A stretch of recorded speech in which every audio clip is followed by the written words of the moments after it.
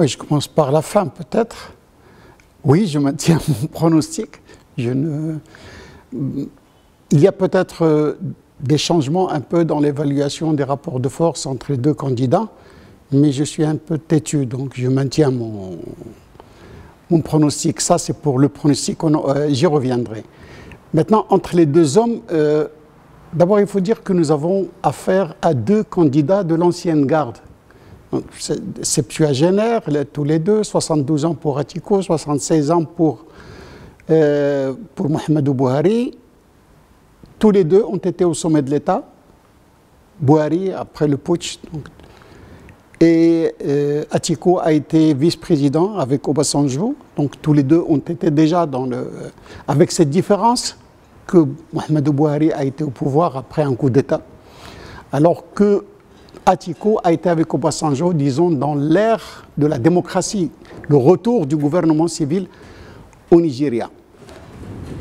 Il faut également se dire qu'il y a des points de convergence dans leur personnalité, mais il y a aussi des points de différence. Les points de convergence, c'est que les deux sont issus du Nord, les deux sont musulmans, ce qui crée encore plus de tensions, si vous voulez, dans la campagne, dans cette course entre les deux hommes. Ce qui restait peut-être les points de divergence, c'est que Mohamedou Bouhari est un général, donc c'est un ancien de l'armée, c'est quelqu'un qui, même dans son islam, est un islam soufi, donc qui semble plus tempéré que celui d'Atiko. Atiko est beaucoup plus salafiste donc, dans son islam, et il y a un peu de dédain pour ce qui n'est pas musulman chez Atiko, mais il est très courtois, il est très malin. Donc quand il faut utiliser un peu de courtoisie pour arriver à réaliser ses intérêts, il utilise cette courtoisie, et on le voit aujourd'hui donc avec un vice-président issu du Sud, donc avec Obi, et ça, donc il l'accepte, il le fait, même si au fond de sa personnalité, c'est quelqu'un qui a du dédain pour ce qui n'est pas musulman. Il faut dire qu'il est très rusé, Atiko est plus rusé. Bouhari est direct, et ça lui vaut peut-être certains déboires. Pour Bouhari, il est direct dans ses paroles, il est direct. On lui avait posé la question sur sa femme en 2016 et il a dit que sa place est à la cuisine. Donc, Maintenant, le duel entre les deux hommes, pour évaluer le duel entre les hommes, pourquoi je maintiens mon pronostic, c'est qu'il y a deux manières d'évaluer. Est-ce que les Nigérians vont regarder les bilans? S'ils regardent les bilans, pour moi, Bouhari a échoué. Il a dit qu'il va combattre Boko Haram. Boko Haram est revenu aujourd'hui beaucoup plus fort qu'il ne l'était. Il est beaucoup plus, si vous voulez, ils sont beaucoup plus sanguinaires. Ils ont regagné du terrain qu'ils avaient perdu au début du mandat de Bouhari. Sur l'économie, c'est en 2016, sous le mandat Bouhari, que le Nigeria est entré en récession. Il n'arrive pas encore à redécoller, à repartir. Et sur la question de la lutte contre la corruption, il faut également dire que Bouhari n'a pas réalisé grand-chose. Ça, sur le bilan. Atiko porte sur son dos, si vous voulez, l'échec également de 16 ans du pouvoir du PDP, de son parti. Donc, sur la question du bilan, si les Nigérians, vraiment, les deux hommes se neutralisent sur la question du bilan. On ne peut pas dire que l'un d'eux est meilleur que l'autre au point de vue, soit bilan du parti, soit bilan de la personne. De plus, Atiko porte sur lui cette présomption de corruption, même s'il n'a jamais été arrêté, s'il n'y a jamais eu de preuves contre lui. Mais ce qu'on peut par exemple retenir, c'est qu'il a été toujours empêché d'entrer aux États-Unis.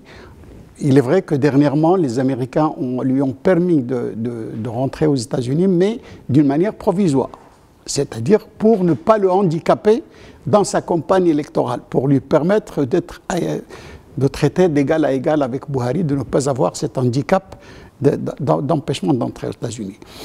Et l'autre manière peut-être d'évaluer, c'est la question, si vous voulez, régionale, tribale.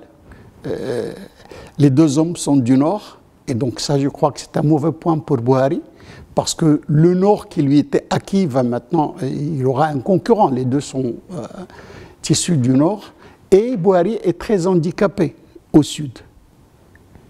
Aussi bien au Sud-Est qu'au Sud-Ouest, même si là, si Osinbajo est issu quand même du Sud. Donc c'est ce qui fait quand même que je retiens mon pronostic. Je dirais que ça va être très difficile. Il y aurait peut-être même recours à un recomptage, parce que ça va être vraiment serré. Mais Buhari part favori dans tous les pronostics, même difficilement. Mais je suis un adepte des outsiders.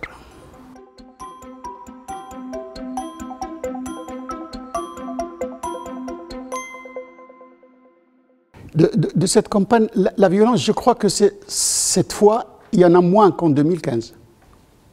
Il y a moins de violence. Je parle de la violence entre les deux parties, de violence afférente à la campagne. Il n'y en a pas. La campagne n'a pas généré tellement de violence. Maintenant, la campagne se déroule dans un climat de violence. La violence de Boko Haram et la violence des bergers peuls contre les agriculteurs. Donc, il y a un climat de violence, mais il n'est pas dû à la campagne. C'est une violence qui a commencé, ça fait longtemps. Donc, Boko Haram existe déjà depuis 2009. La violence de Boko Haram existe depuis 2009. La question des pasteurs et des agriculteurs s'est accrue en 2018, donc nous sommes à plus de 1500 morts déjà durant l'année 2018.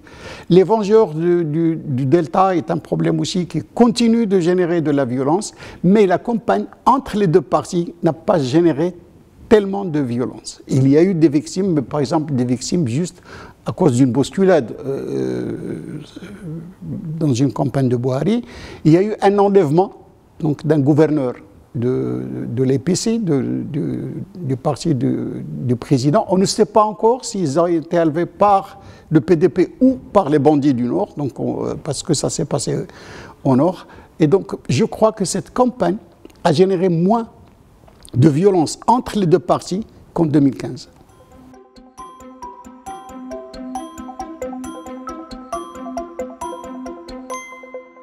Je crois que oui, il y a une conscience chez les Nigérians, on le voit sur les réseaux sociaux, on les voit sur les interviews qui sont faites avec les personnalités nigériennes, on le voit également même dans les reportages des télévisions, c'est-à-dire les reportages trottoirs que l'on fait. Les Nigérians s'attachent à cette démocratie, ils s'attachent à ce processus démocratique qu'il y a, parce qu'ils ont quand même souffert avec les années des putschs et des coups d'État et de la gouvernance, des gouvernements militaires. Donc ça, ils en ont souffert et ils sont conscients, ils y tiennent. Maintenant, est-ce que cela va tenir? Parce que je crois que, d'ailleurs à propos des élections, je ne crois pas que ni Buhari, ni Atiku, je ne crois pas qu'ils vont accepter facilement une défaite. Et là, est-ce que ça ne va pas générer des tensions? Est-ce que cette jeune démocratie, parce qu'il n'a que 20 ans, 99 à 2019, il n'a que 20 ans, est-ce qu'il va résister? Ça, je me le demande. Mais le peuple, les Nigérians, toutes catégories, musulmans, chrétiens, nord, sud, sud-est, nord-est, ils sont tous, ils se crispent sur cette démocratie, ils la veulent, ils veulent la sauvegarder.